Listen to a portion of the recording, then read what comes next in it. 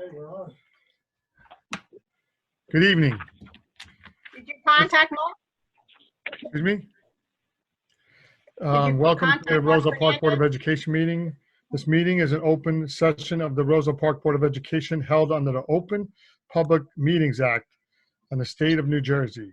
Notice of this meeting was sent to the Star Ledger, local source, the Home News Tribune, the Borough Clerk, school offices, and the district website. Roll call, please. President Signorello, Here? Vice President Langang, Here. Ms. Carlstrom. Here. Ms. Falcon. Absent. Mr. Fernandez. Absent. Mr. Harms. Here. Mr. Hemingway. Here. Ms. McLeod-Cato. Ms. McLeod-Cato? You're on Here. mute. Tamara. Yes. Mr. Miller? Here. Okay. I see Mr. Fernandez and Ms. Falcon coming on right now. Mr. Hey, Mark. Fernandez came in at 7:02. And Ms. Falcon also came in at 7:02. We have quorum. Thank you. We'll have a flag salute. Mrs. Carlson, you gonna hold the flag up? Yeah, okay. I pledge allegiance to To the flag Of the United States of America and to the republic Republic which for which stands it one nation under God, God. indivisible, with liberty and justice for all. justice for all. Thank you. So we have no public participation received. And now I will go into the committee reports. I know we've had a couple of committees, committee meetings going on. Can we have committee reports, please? Yeah, Mr. President, I'll speak first. The Finance Committee met earlier this week.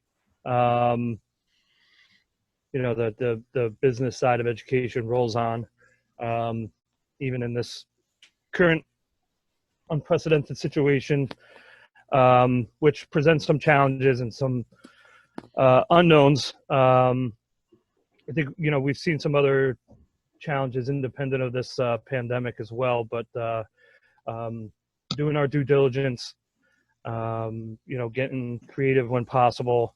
Our administration has been great during this. You know, we'll be as transparent as possible, and always our, you know, number one mission is to prevent any negative impacts to the students.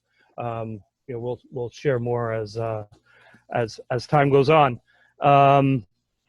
In keeping with the dollars and cents, you know, show must go on. The budget process continues tonight with a budget presentation. Just a couple of short things to say about that I've said a couple times, but we'll, you know, reiterate. You know, this is a responsible, balanced budget. That's an investment in the kids of our town. It will really allow us to take some steps to improve curriculum, student resources and tools and technology, and you know, it keeps our dedicated personnel in place and gives them some professional development as well. And you know, back to that dedicated personnel, I mean, nothing has proven how dedicated they are and outstanding they are than the last 6 weeks. It allows us to do some real good projects, like the high school track that our kids and our community can enjoy, as well as replacing some fire doors. So, you know, with that, you know, I know Ms. Callis will lead the budget presentation in a bit, but it was a real pleasure to work with her during this, and Mr. Garrido as well as the Finance Committee. That's all I have. Thank you, Chad. Anything else, Matthew? You have anything? Yeah, I just wanted to add something. Personnel matter. Personnel committee is going to meet next week, and the main item is going to be renewals for non-tenured teachers. State issued some guidance, and I think it's wise guidance, that we shouldn't be doing evaluations of teachers in this home instruction environment. It's not something that they were trained to do, and it's not something that they were able to have a lot of time to prepare. So it's not fair to evaluate them as we would evaluate them in the classroom. So we will still be having to meet and discuss and decide on those renewals. But that's going to happen. I believe we all agreed that next Wednesday was open. So we'll be having that meeting then. I did have a question about finance, and it was about Bill A3902. Do I understand that that is dead in the water, or is it still a risk? I'll talk to that. So it is not dead in the water. We have been in communication with the municipality in regards to that. We've been having very good conversations as of right now. It's too soon to tell. The governor also passed an executive order today extending tax payments. So it's hard to tell 2 months from now where we are, because the tax payments are due May 1st. But our last conversations with the borough indicate that as of right now, we should not see any decline, but it's monthly. So we're hopeful. Right. Okay, thank you. Ms. Callis, could you explain it's about 50-50, right, in terms of people who pay their taxes through through mortgages rather than? So I'm not sure exactly the percentage. The borough did do an analysis in reference to the number of community members that pay their taxes through directly to the tax collector versus through their mortgage company. So the ones that pay through their mortgage company, we anticipate that the mortgage company will continue to pay their taxes on their behalf because they put money into escrow. However, since there is a delay, postponement, I should say, of allowing taxpayers to pay June 1st instead of May 1st, that may put delay in payment to the district. But as of right now, we have not received any of that news, so I don't want to jump the gun.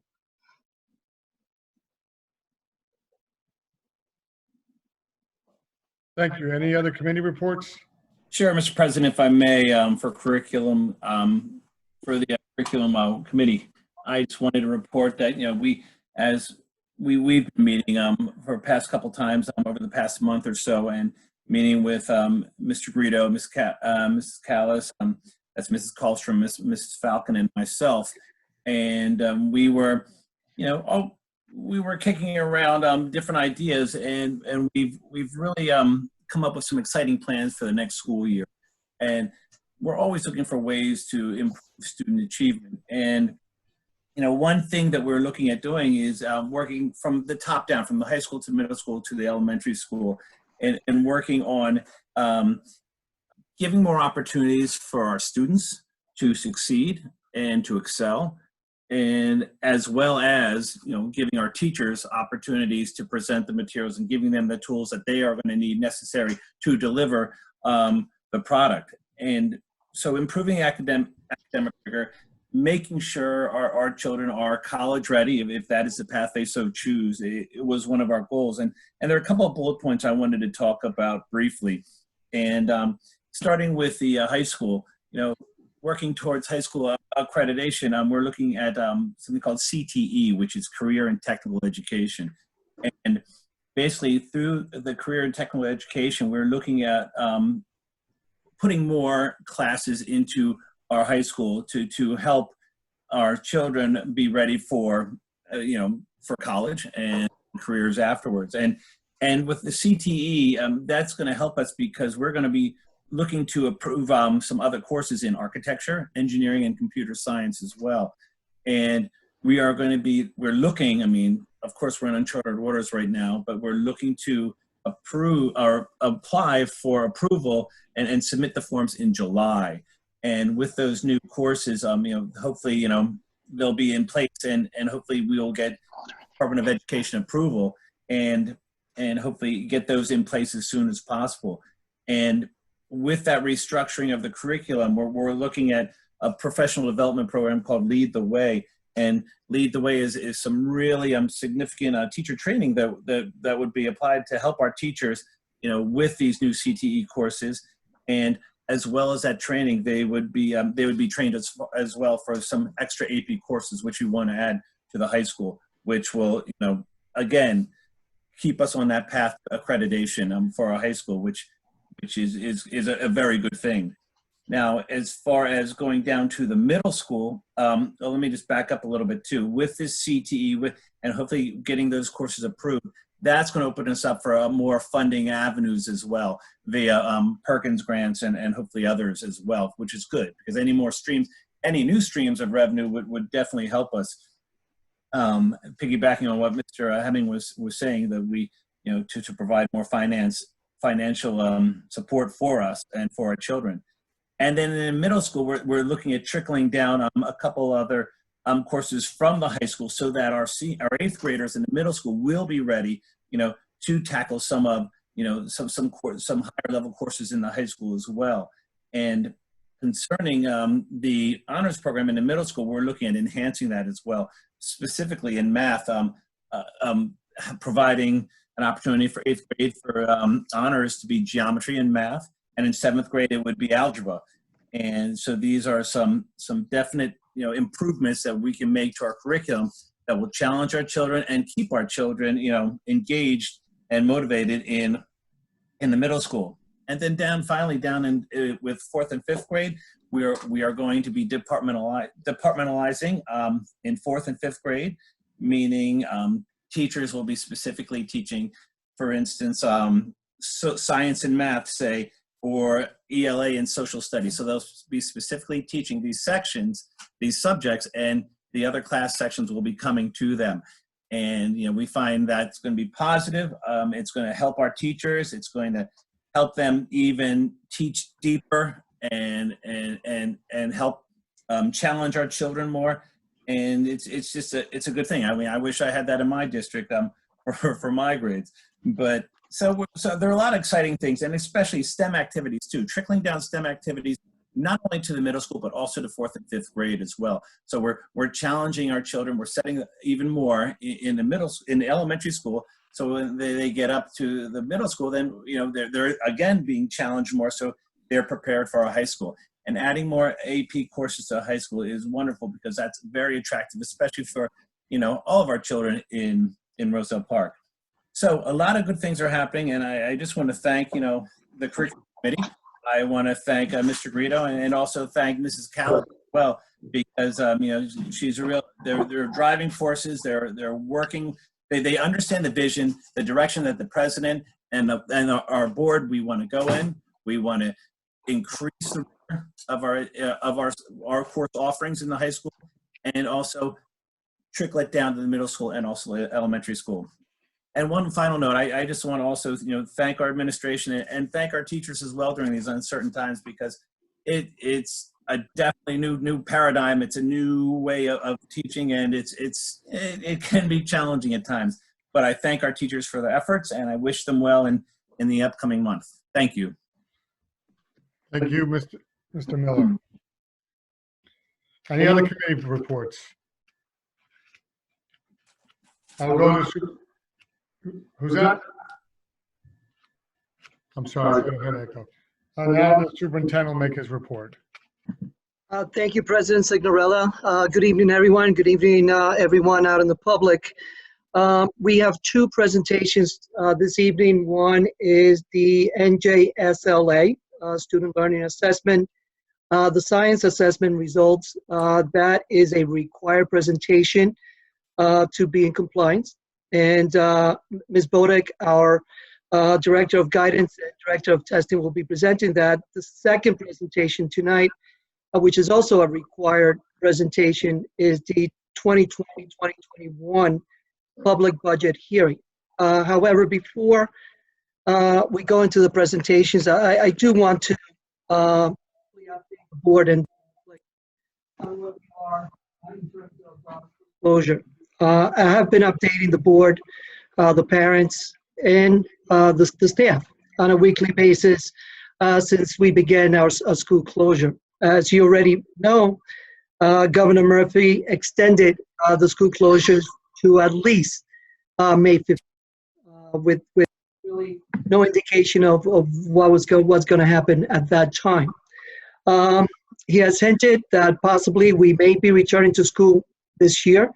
However, with that is unknown at this time. So we're holding on and continue to provide our students with the best remote learning possible. And I will be remiss, and Mr. Miller touched on it a little bit, if I didn't really congratulate and thank our entire staff for the extraordinary work that they have done the past 6 weeks.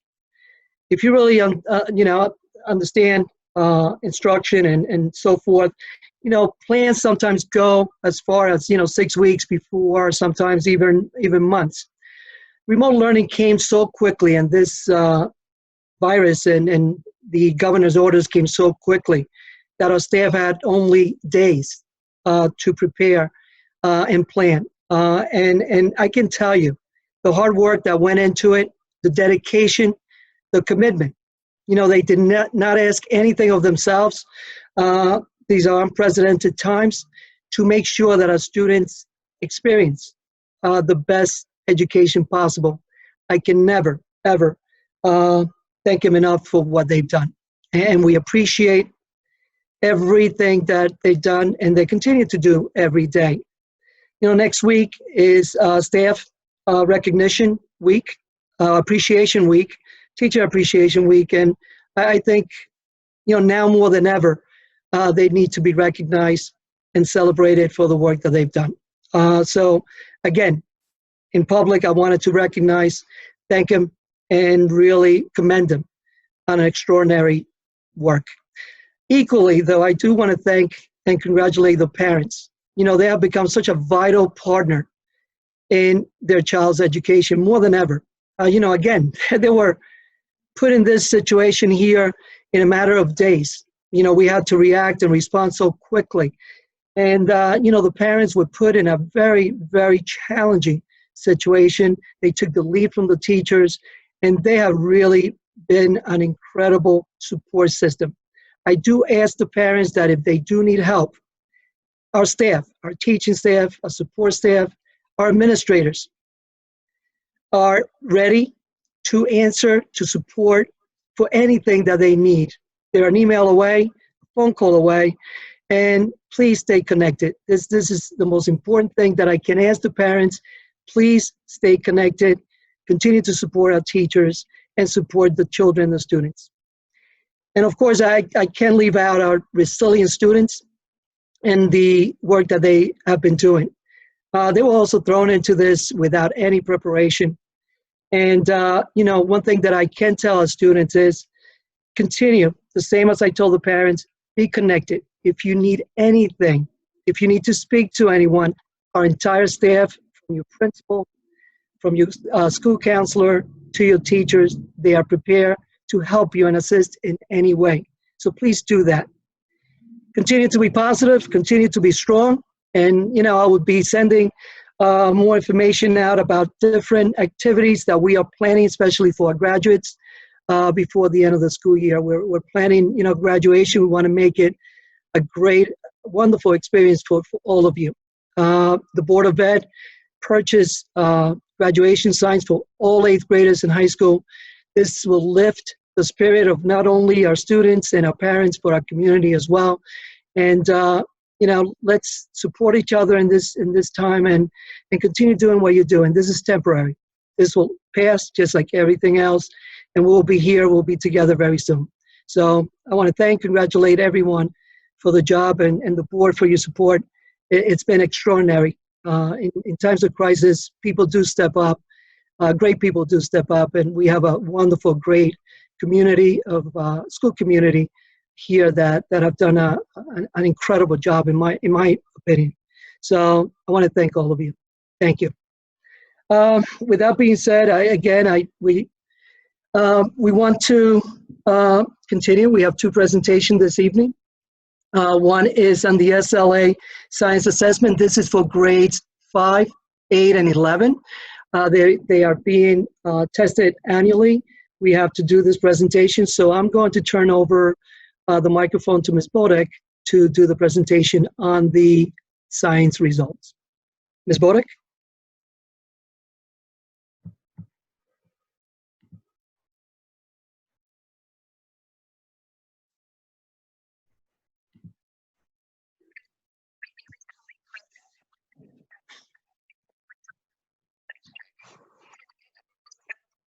Oh, Chris, I think the sound is not working.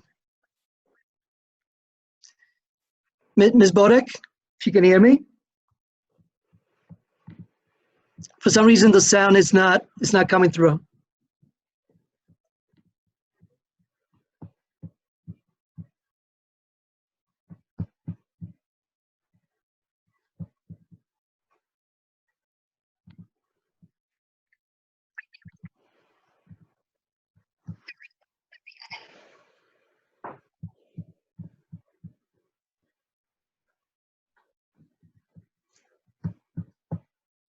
Chris, I don't know if she knows that she's not being heard.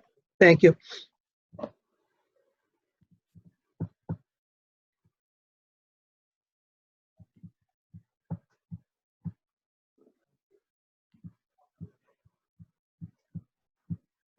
Okay, can you hear me? Yes, absolutely. I'm sorry, I pre-recorded the presentation and for some reason the sound is not going through, so I'm gonna have to just go through the slides as it appears here, if that's okay. Like Mr. Garrido said, my name's Colleen Bodek, the Director of Guidance and Testing for the Roselle Park School District. Tonight I'm gonna briefly overview the results from last spring's NJSLA-Science administration. This assessment was given to 5th, 8th, and 11th grade students, and it tested the students on 3 domains and 3 specific areas of science inquiry. If we go to the next slide, we can see that the students' scores are represented here based on Roselle Park School District scores and the student scores statewide. So if you look all the way to the right for level 4 state scores, that's the highest level scores. So 6.6% of 5th graders statewide earned a level 4 score. In Roselle Park, 4.2% of our 5th graders earned a level 4 score. So we're a little bit behind the state average there, but we make it up in some other areas. If you look at the middle school, the 8th grade is a little bit above what the state average was with a 4.6 as opposed to a 4.5 for the state. We had 481 students take the assessment. We're looking here specifically at the elementary school results. So you can see the state average for level 3 and 4 scores was 29.2% of students. And district-wide, we had 25.7% of our students earn a level 3 or 4 score. So we're just a few points behind the statewide scores for level 3 and 4. For the middle school, 19.8% of students statewide earned a 3 or a 4 level score, whereas our middle schoolers, 16.7% of students earned a 3 or 4 level score. And at the high school, 25% of our students earned a 3 or 4 level score as opposed to the statewide average of 27.3. And I just want to note that that was the distribution of scores. We actually had a pretty spot on average scale score as it compares to the state. So for the elementary level, the average scale score for the state was 170, and our district came in at 169. For the middle school, the average scale score was 165, and our 8th graders' average scale score was 165. So right in line with that state average. And then the high school, the state average was 163, and our 11th graders came in at 163. So we are very much in line with the other students in the state. Some of the responses that are ongoing to these scores, I want to note that at the elementary level, there's going to be departmentalization in the fall. So that means the 5th graders are going to see science every day. So hopefully our scores will improve from there. The middle school, as you all know, the science labs have been updated. At the high school, we're adding AP Physics for next year, and we're moving from from Earth Science to Environmental Science. And right now, Mr. Rito and Ms. Callis are spearheading a review of the course sequence in science and the other subjects. If we look at the subgroup data, if you look all the way to the left, you're going to see the percentages of students that earned three or four level scores for our district. So again, for the 5th grade, we had 25.7% of our 5th graders earned a 3 or 4 level score, 16.7% of 8th graders, and 25% of our 11th graders. If you move over to the right, you can see the breakdown for white students, for African American students, Asian students, and Hispanic students. I did want to mention that the figures for Asian and African American students, I do not believe are statistically significant because each of those samples has less than 20 students. And then if you look at the subgroup scores for our economically disadvantaged students, you'll see how they play out there.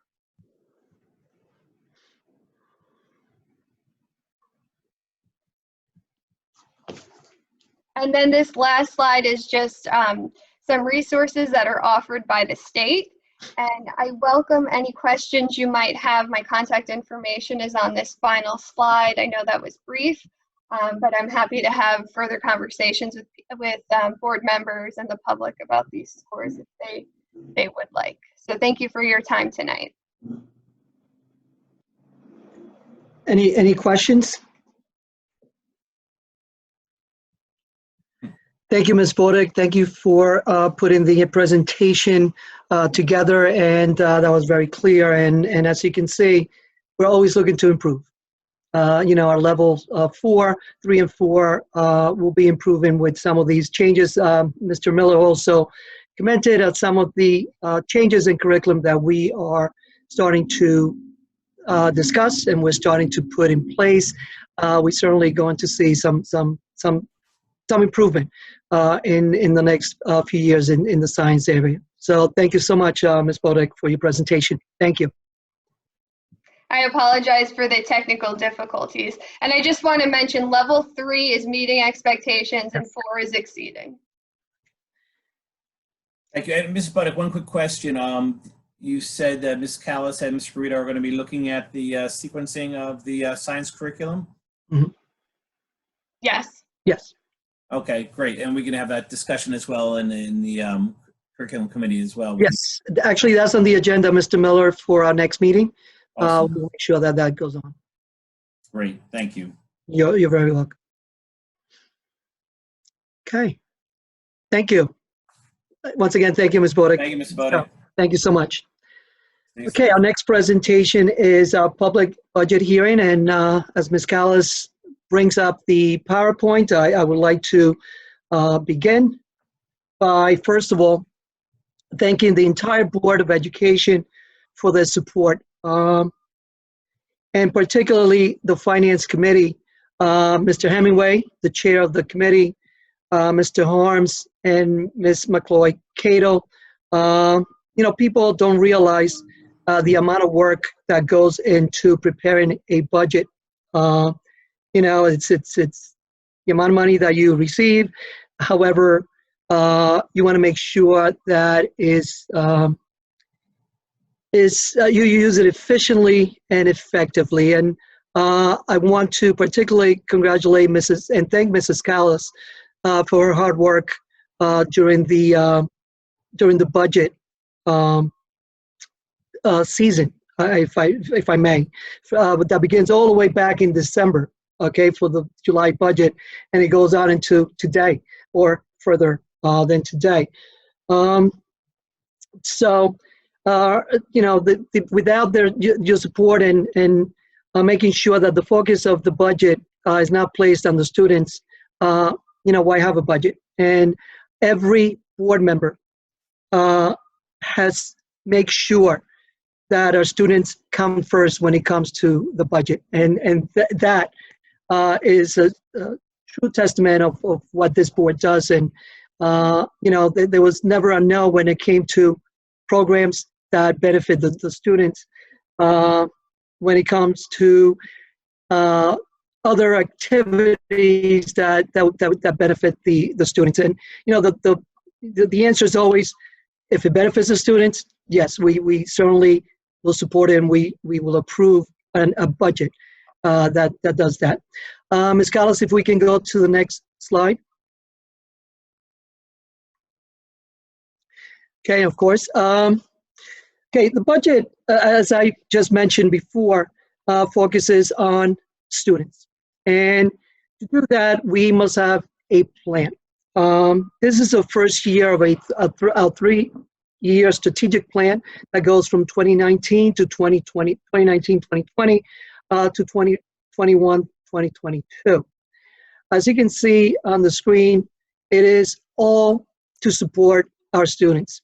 What we do is we take surveys, we look at data, we analyze data, and of course that data and the programs that are associated with that analysis and that data, we have to also put a dollar sign to it. And the budget, that's when the budget comes in. And we looked at 4 areas that we felt, after analyzing the data and looking at surveys and making sure that we looked at, we listened to our teaching staff, to our administration, and so forth. And we felt that, number 1, we needed to address our teaching and learning.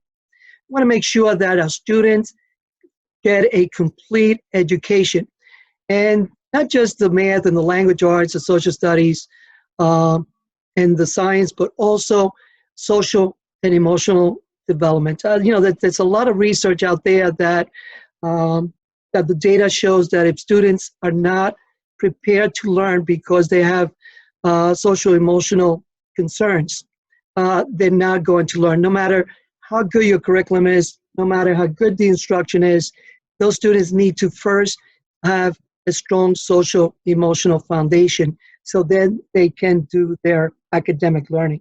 So we are putting a lot of our budget into social emotional, and that's a plan that started already. Ms. Bodek, who you just heard a few minutes ago, is spearheading that program. Also, we want to make sure that our students have access to a rigorous curriculum. So that means that we needed to fund our curriculum to make sure that the students are receiving the most rigorous type of instruction and curriculum that they possibly can. Mr. Miller, again, when he gave his committee report, discussed some of the new plans that we have in place. That's all connected to budgeting. And in the agenda this evening, you're going to see that there's some training, some teacher training that is connected, okay, linked directly to these things here. The infrastructure that would lead to high academic achievement, if it's not there, we cannot teach our students with old and antiquated type of infrastructure. We cannot do that. So we need to fund for infrastructure so they can have better Wi-Fi connection, better technology to do all these STEM-related type of activities that we want them to have. The second piece was student support. As I just mentioned, social emotional development is crucial, it's critical, especially in these times. And you know, in the near future, I'm going to review and discuss with the board the reopening of schools. You know, when we are able to reopen, whether it's this year or September.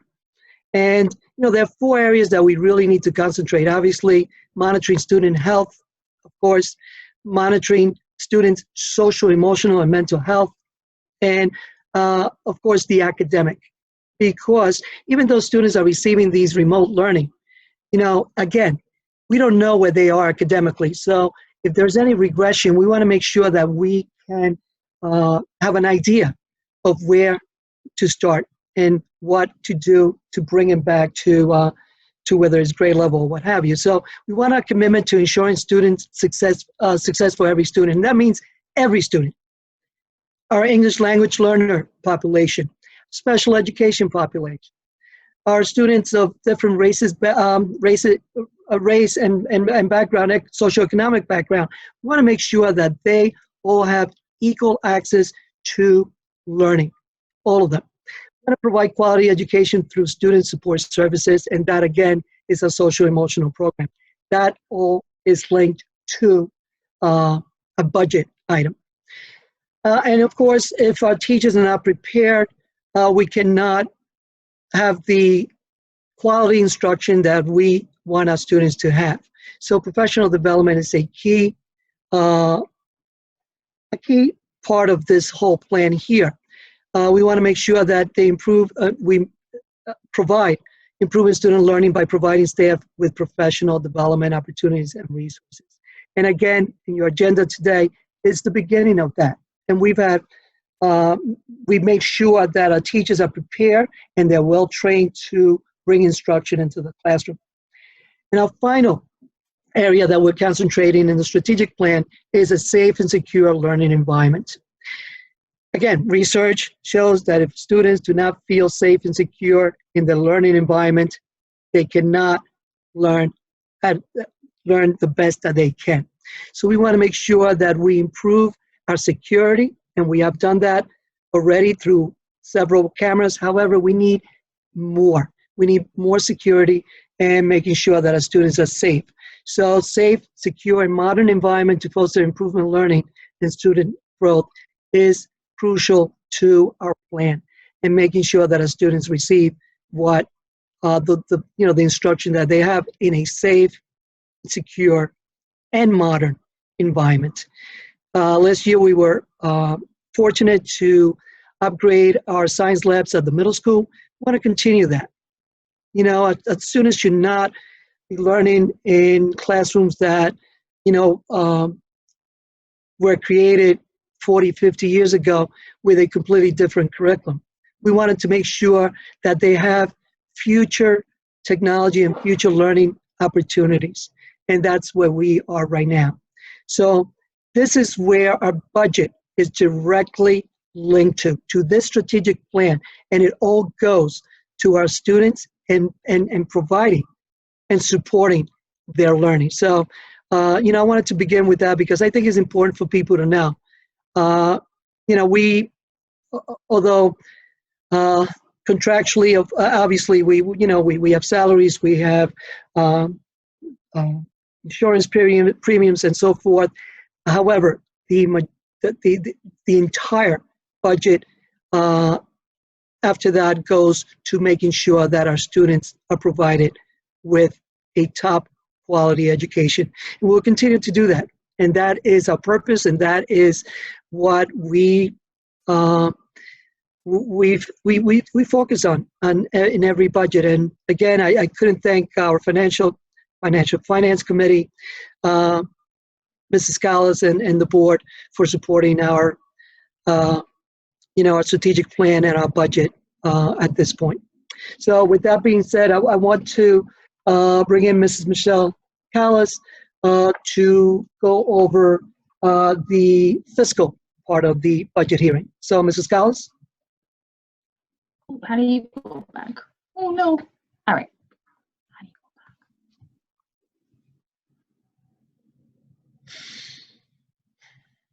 Sorry about that. Thank you, Mr. Garrido. Thank you, members of the board. I want to mention and piggyback on what Mr. Garrido mentioned in reference to our budgeting season. Our budgeting season actually started back in October when we were calculating the number of students within our district. So it's been a collaborative effort ever since then. So I want to thank the members of the board, Mr. Garrido, and our administration because they have been able to put in their input and we've listened and to the best extent possible, always have put the children first and listen to the administration in where they think the money should go. So our budget hearing will be comprised of 4 components. First will be the expenditures, followed by the revenues, followed by programs and services, and lastly, tax levy information.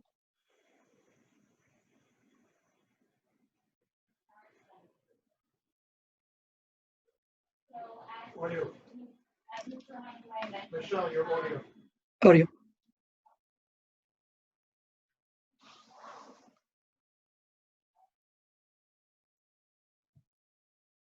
Can you hear me now? Sorry. Okay, so as Mr. Hemingway mentioned, we face some financial challenges this budget cycle. Listed are a few of the cost drivers from one budget to the next, primarily, and they're not in any particular order. So from one budget to the next budget, salaries are increasing over $700,000. Benefits are increased by over $800,000, which 25%, which includes 25% in healthcare costs of an increase. You'll see a $600,000 increase in capital expenditures, which includes a reno of the track, fire door replacements at Aldine and Sherman, and smart board replacements. There are over $200,000 an increase for tuitions for VOTEC, Magnet, and added district placements. And there's a $170,000 increase from one budget to the next in transportation. Okay. Our total budget is comprised of $40,307,514. Of that total budget, 62% is going directly into student programs, which if on the far left you notice, that means regular education, special education, bilingual education, co-curricular and athletics, early childhood, after school programs, and summer programs. Followed by 20% will be employee benefits. 9% is going directly to facilities, 7% to administration, and 2% is transportation. Our revenues. Our revenues are basically broken up into 5 different categories. They're your local taxes, state sources, which include the state aid that we receive, your regular general fund, as well as for early childhood. Federal sources, other sources, which means fund balance, tuitions, other local sources, refunds, and encumbrances, and reserves that we will be drawing down from our capital reserves. So our local taxes for 2021 will be $22,853,578, which account for a 1.89% change. Our state sources will be an 11.8% change increase. Federal sources will be a decrease of 18.5%, which budgeted. Other sources, we saw a decrease of 41%. And since we did not withdraw from reserves in 1920, it is 100+% difference for the $300,000 that we'll be drawing down from reserves. The net change from one budget year to the next is 3.32%.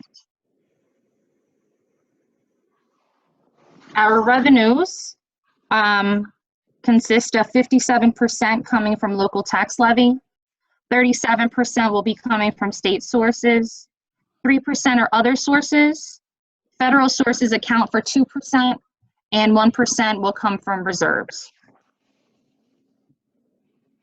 The comparison of local tax levy since 2016 to the upcoming, you'll see that it ranged from a 2.2% increase to a 0.93% to a decrease of 0.07 last year, and we're asking for a 1.89 total increase from 1920 to 2021.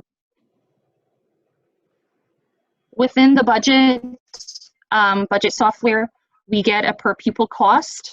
So this budgetary per pupil cost basically just breaks it out into subcomponents so that families can see how much is spent per child on each of the five categories. So classroom instruction will account for $10,045 per child.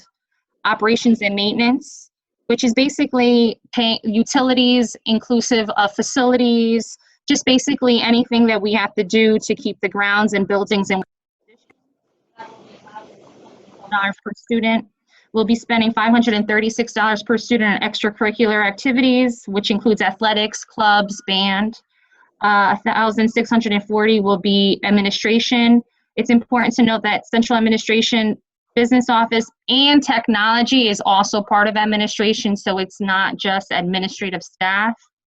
And support services, which accounts for attendance, social work, health, guidance, library services, and child study teams, will be $2,864 per student, with a total of $16,780 per student in the 2021 budget. So the next slide is really important, for me anyway, because it basically rubber stamps what Mr. Garrido is saying, that we put our children first. Roselle Park's budget cost per pupil will spend $1,640 for administrative costs versus our region is $2,197. So we're spending close to $500 less per student on administrative costs, meaning that we're putting more into classroom instruction versus administrative costs. Our programs and services. So what are we getting in this budget? Oops. Okay. Teaching and learning. The first thing in this budget, we will continue to provide early childhood education for preschool students in ages 3 and 4. This upcoming September, we're opening an additional classroom at Robert Gordon, which will allow us to have 15 additional seats. So we will have a total of 6 classrooms in all of Roselle Park schools for the 2021 school year. In addition, for the K-12, we will continue with providing learning experiences in academics, the arts, music, and STEM. We will continue to provide after-school programs at all grade levels, Saturday programs, summer programs. Summer programs are specific for ESL and extended school year in accordance with children's IEPs. We will continue to provide athletics. In high school, we will offer football, tennis, cheerleading, soccer, wrestling, basketball, bowling, volleyball, baseball, softball, track and field, and golf. And middle school, we will offer soccer, basketball, wrestling, baseball, softball, and track. To piggyback on what Mr. Miller and Mr. Garrido have mentioned, we have incorporated career and technical education programs. We're putting a good investment into there, specifically in the areas of computer science, engineering, and architecture. On today's agenda, there are actually professional development for Project Lead the Way, which are training for specific courses for computer science and engineering.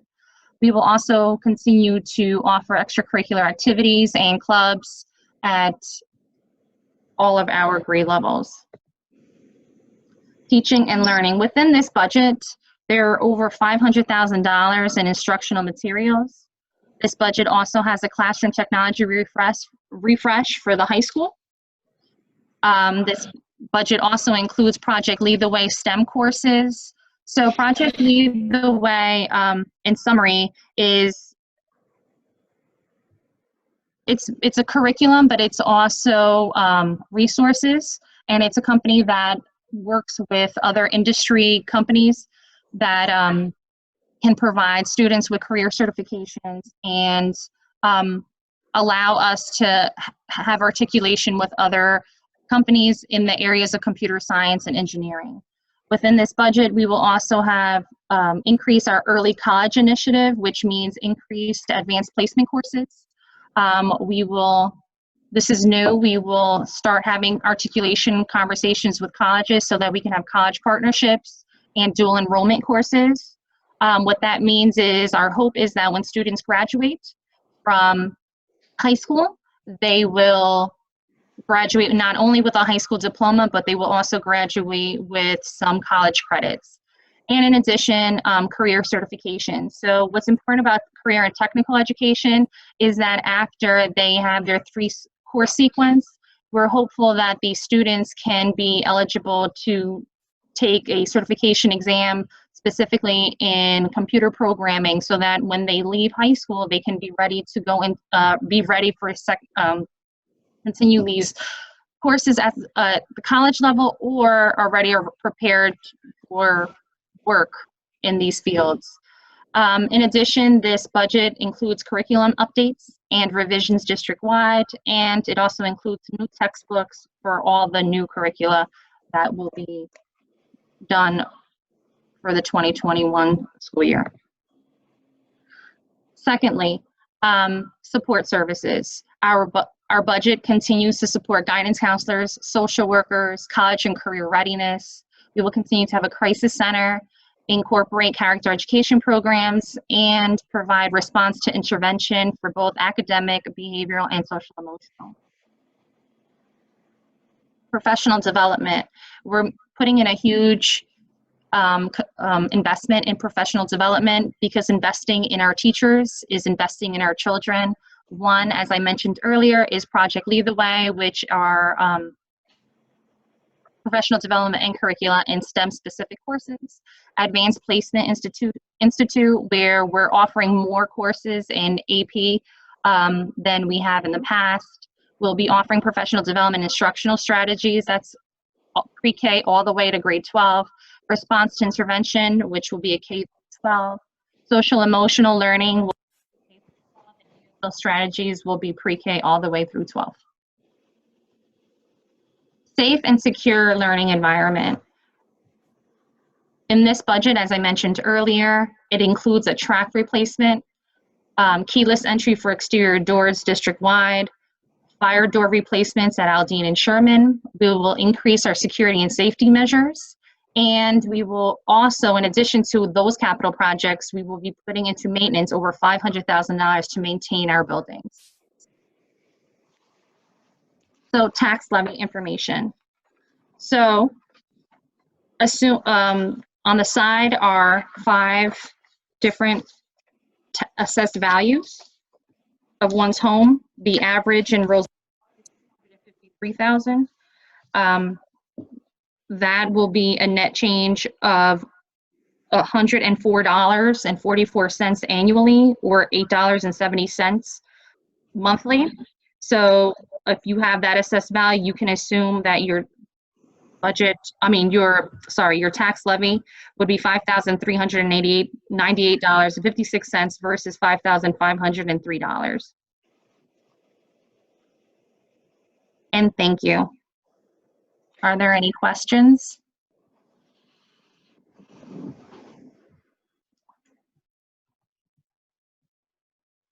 Okay. Thank you, Ms. Scala's wonderful presentation, and just looking at those pictures of our students definitely inspire you. You know, that's our future right there of our community, and we want to make sure that they are taken care of before anything else. So once again, to the Finance Committee, to the entire board, and Mrs. Scala, thank you so much for such a responsible budget and putting kids first, as always. Thank you so much. Signorella? Thank you. Okay, we'll get back to me on track. I'd like to go into district policies, second reading.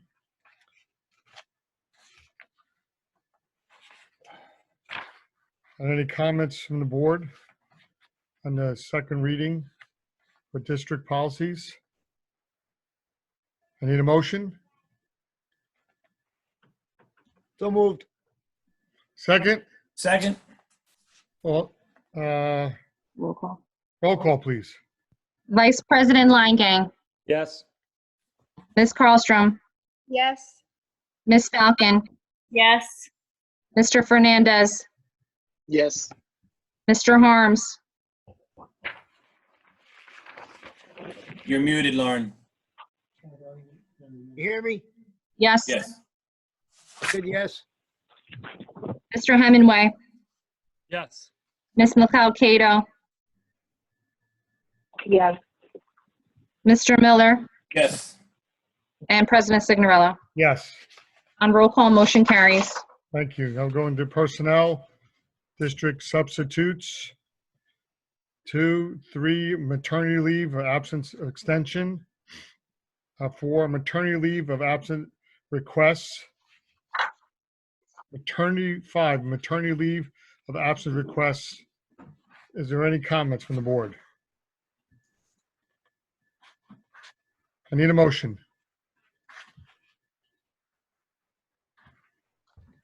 Everyone, please unmute. So moved. Second, Second. roll call, please. Vice President Langang, Yes. Ms. Carlstrom, Yes. Ms. Falcon, Yes. Mr. Fernandez. Yeah. Mr. Harms, Yes. Mr. Hemingway, Yes. Ms. McLeod-Cato, Yes. Mr. Miller, Yes. and President Signorello. Yes. On roll call, motion carries. Thank you. Now we go to education, items 6 through 10, conference attendance request. Number 7, PLTW training attendance request. 8, harassment, intimidation, bullying incidents. 9, termination of education program.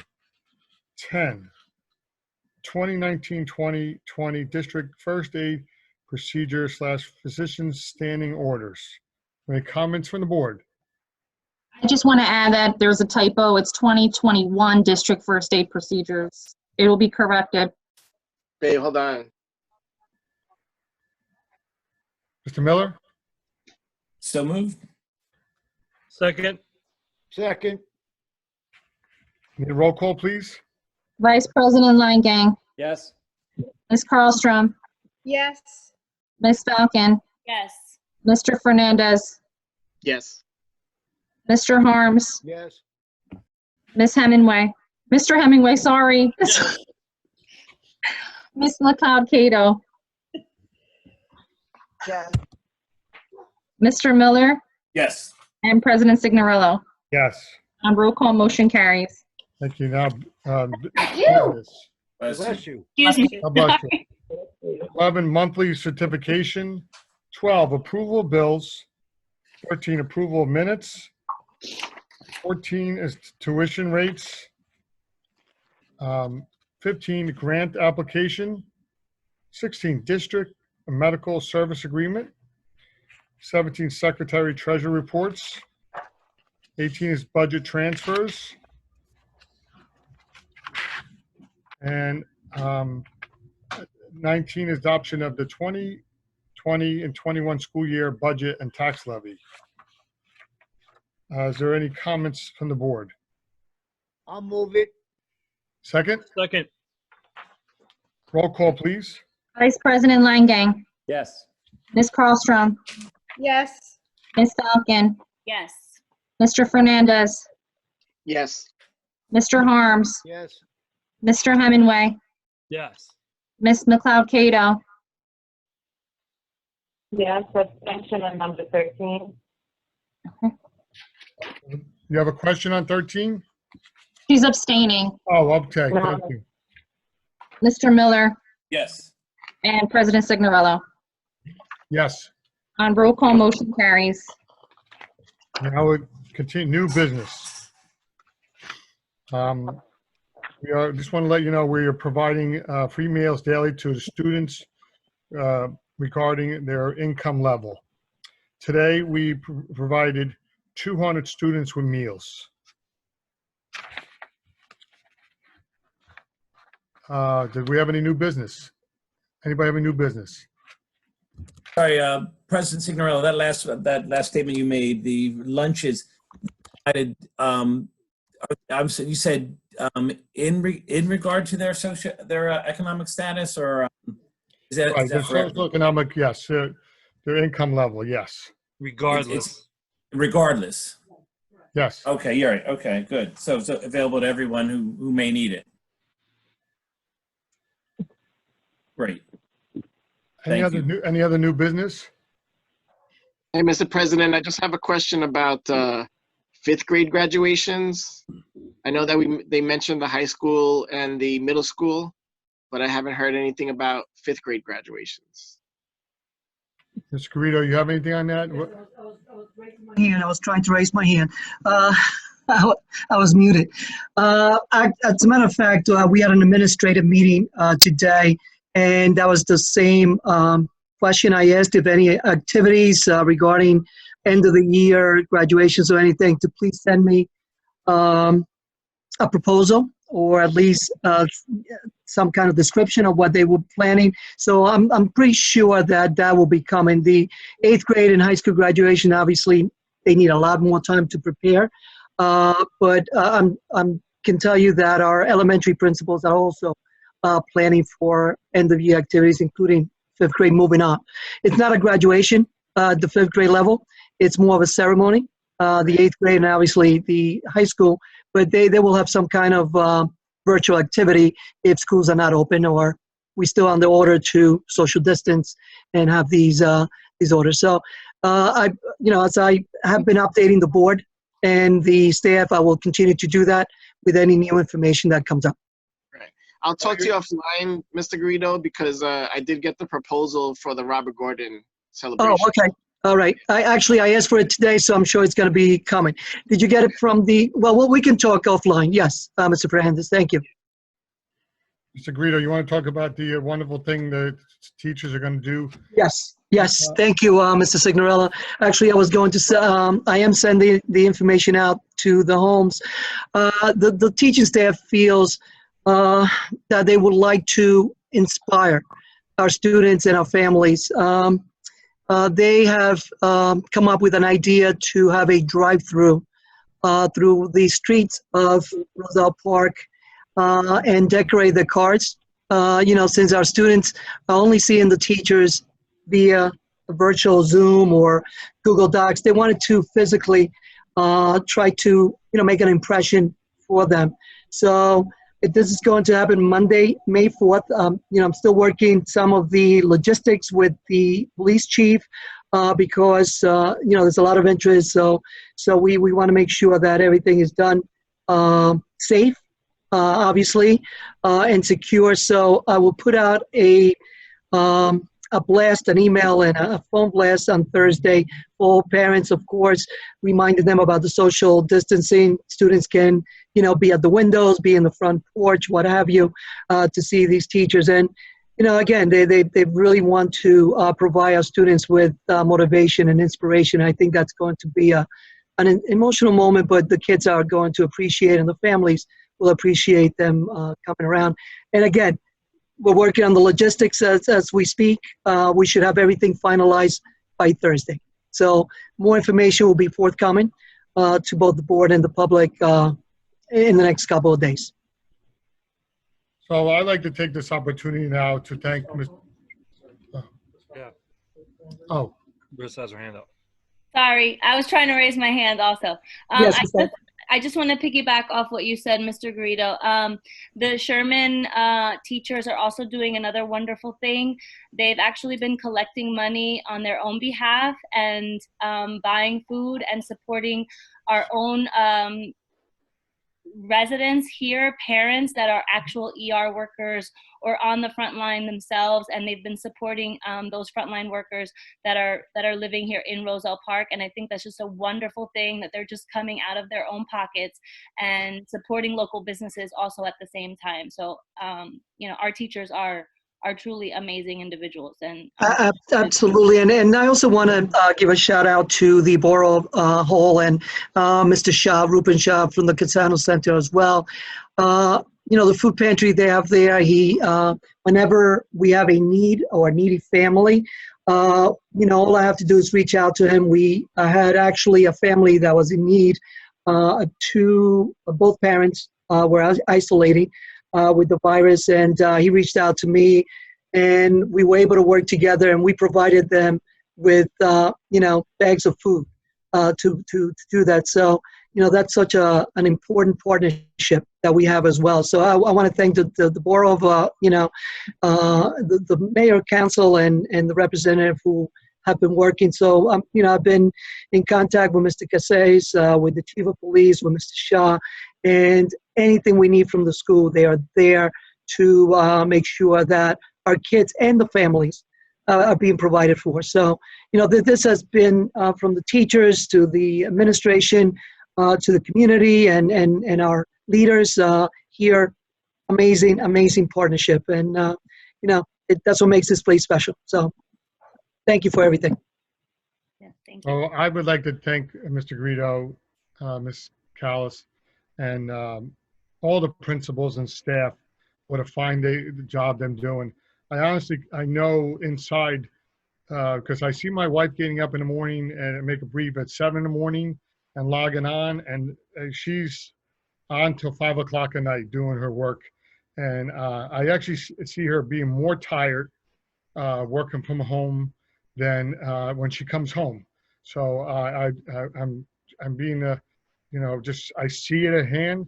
I talk to the staff here, and I think they're doing a wonderful job. Mr. Parento and the maintenance staff, great job. I commend all you guys. Thank you so much. Just a couple other things I want to cover. I think this will be on channel 32 and channel 34. Is that Mr.? Yeah. Okay. Keep an eye on that for that. And if anybody has any questions I know there was no public participation, but call the board office. They can email any of the board members.